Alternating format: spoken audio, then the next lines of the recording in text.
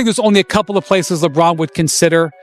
The Warriors would be on that short list, but I do think he's got to decide and make his business and his peace with the Lakers before he... Brian Windhorst has suggested that LeBron James' situation with the Lakers goes far beyond a routine off-season contract discussion. The uncertainty isn't simply about whether LeBron plans to play another season. It also involves the Lakers' long-term direction, the level of influence LeBron still holds within the organization, and whether the franchise is prepared to continue building around him or officially shift its focus to Luka Doncic as the new centerpiece. That is why this story carries so much weight across the NBA. It is about much more than a contract extension. Everything starts with LeBron's decision. Before the Lakers can make aggressive off-season moves, they need clarity on his future. Will he return next season?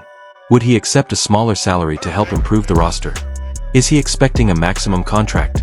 Would he consider a sign and trade if both sides believe it makes sense? And is he truly comfortable with Luka now, becoming the face of the franchise? According to Windhorst, those unanswered questions are holding up the Lakers' entire off-season strategy. By July 1st, they may have to renounce his rights and say, LeBron, we have to move on. We have to plan for next season. And then that money... That sense of urgency is exactly what makes this situation so compelling. LeBron has earned the freedom to move at his own pace. After all, he is approaching the closing chapter of one of the most remarkable careers in NBA history. At the same time, the Lakers are focused on building a championship-caliber roster around Luka Doncic and Austin Reeves. They cannot afford to stay in limbo for long. Every day of free agency is valuable. Every salary cap decision shapes what comes next. While the organization wants to show LeBron the respect he deserves, it also needs a clear answer before making major off-season moves. The fascinating part is that LeBron still holds significant influence. At 41 years old, he is no longer the dominant force he was during his Miami years, his second stint in Cleveland, or even the Lakers' 2020 championship season. Even so, he remains LeBron James. He continues to fill arenas. He still commands the biggest headlines across the league. Whenever he plays, the Lakers stay in the national spotlight. If he chooses to retire, leave in free agency, or push for another direction, the identity of the Lakers could change almost instantly. Free agent, and I can control my own destiny. If being here with this, with this franchise, for foreseeable future, or if it's going somewhere else. I think at some point, up until up in June, late June, as July roll around, free agency starts to gets going, and as July rolling, maybe into August, we start to kind of like get a feel of what my future may. That is exactly why the speculation surrounding LeBron never seems to disappear. He rarely gives a simple yes or no answer about his future. Instead, he speaks about spending time with his family, thinking things through, and making the right decision when the moment comes. Those responses may be completely genuine, but they also leave plenty of room for questions. And when it comes to LeBron, every unanswered question quickly turns into a major headline. Fans analyze every comment. Every pause sparks new rumors. Every report from Brian Windhorst is viewed as another piece of the puzzle. Still, the bigger issue goes beyond whatever decision LeBron ultimately makes. It is whether the Lakers can present a vision that convinces him to stay committed. Windhorst has emphasized that LeBron is not expected to walk into the front office simply asking for another contract. Instead, the Lakers must show him a clear path forward. If they want him to accept a smaller salary, they need to prove how that sacrifice will strengthen the team. Which players are they planning to sign? What trades are they prepared to make? And how will those moves turn this roster into a legitimate championship contender? Those are the answers LeBron is reportedly waiting to hear before making his next move. Not going to go to the Lakers and say, more, please. They're going to have to come to him. And so, really what he's doing here, he's negotiating. That is the heart of the situation. LeBron has accepted pay cuts before when it clearly improved his team's chances of winning, but he is unlikely to do it simply for appearances. If he agrees to earn less, there has to be a meaningful basketball benefit behind the decision. The Lakers would need to use that flexibility to add the right pieces: a reliable center, more perimeter shooting, stronger defense, better depth, and a roster that complements Luka Doncic while giving LeBron one more legitimate shot at a championship. Otherwise, there is little reason for him to give up millions only to watch the team remain in the same position. This is exactly where Luka changes the entire equation. The Lakers are no longer built around LeBron alone. Luka has become the franchise's long-term cornerstone. He is younger, entering the prime of his career, and represents the future the organization is investing in. That does not mean the Lakers are forcing LeBron out, but it does mean the balance of influence has shifted. For the first time in years, the front office has to plan for LeBron's remaining seasons while also preparing for the era that comes after him. Is available. What do we know at all about the possibility of a window for him returning?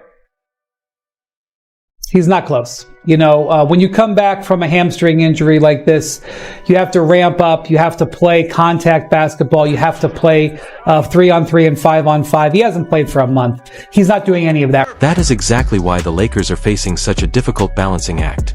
If they commit too heavily to LeBron, they could limit their flexibility to build a championship roster around Luka Doncic for the future.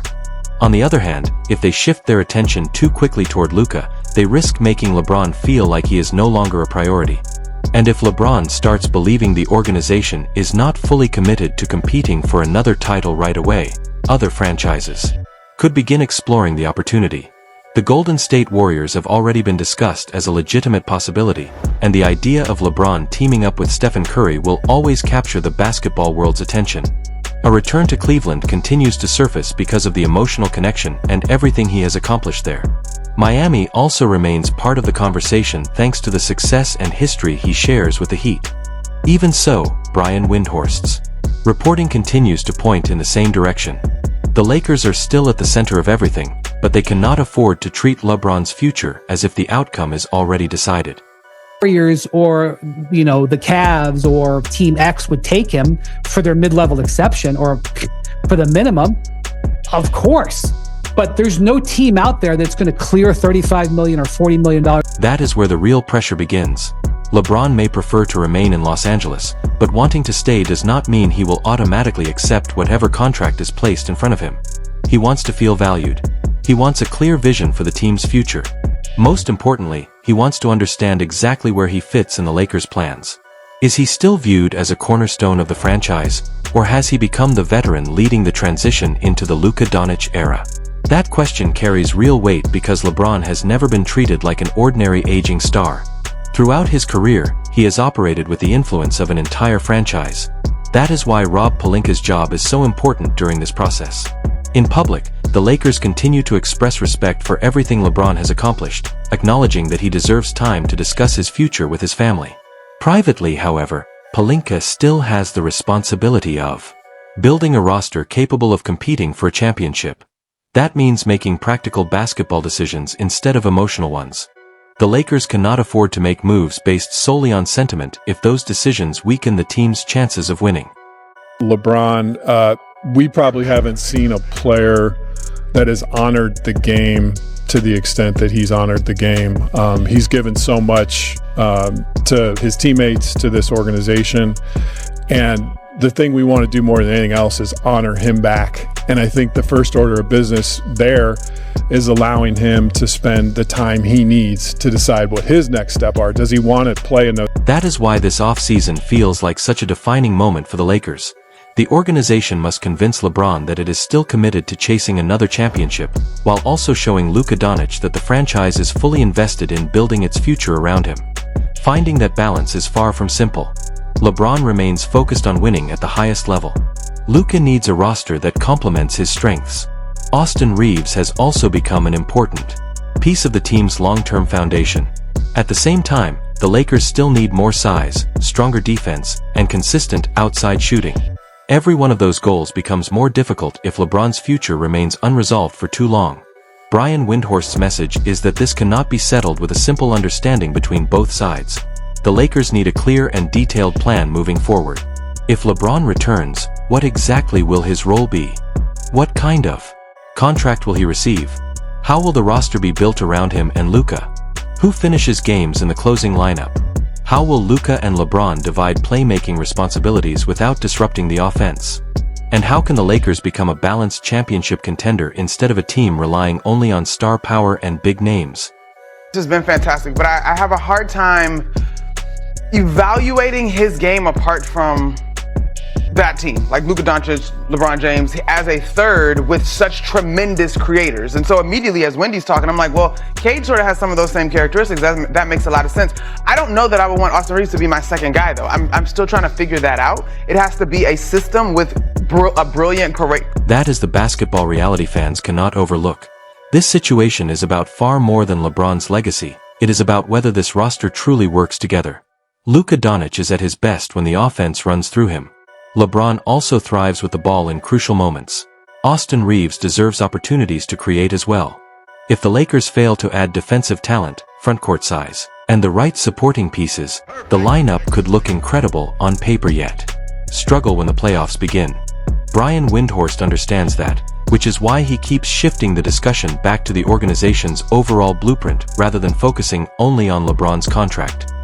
So where does everything lead? Right now, the most logical outcome is still LeBron remaining with the Lakers. It is the smoothest path for everyone involved. He would continue playing alongside Luka, stay close to his family in Bronny, and give the Lakers another opportunity to compete with the league's biggest star still wearing purple and gold.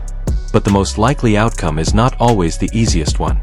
LeBron is not simply deciding whether to play another season. He is deciding what he wants the final chapter of his legendary career to represent. Does he want one last championship chase in Los Angeles? Is he willing to take a reduced on-court role beside Luka? Does he expect a contract that reflects the respect he believes he has earned? Or does he want proof that the Lakers can build a legitimate title contender before committing to another deal? Those are the questions that truly matter. That is why Brian Windhorst's comments have attracted so much attention. He is not claiming that LeBron is certain to leave Los Angeles. Instead, he is pointing out that the Lakers still have important work ahead of them. They must present a convincing vision, manage the financial side of the deal, balance the team's long-term timeline, and navigate the expectations that come with one of the greatest players in NBA history, all while building around their next franchise superstar in Luka Doncic. It is a difficult challenge, but it is now the reality facing the Lakers. LeBron's future in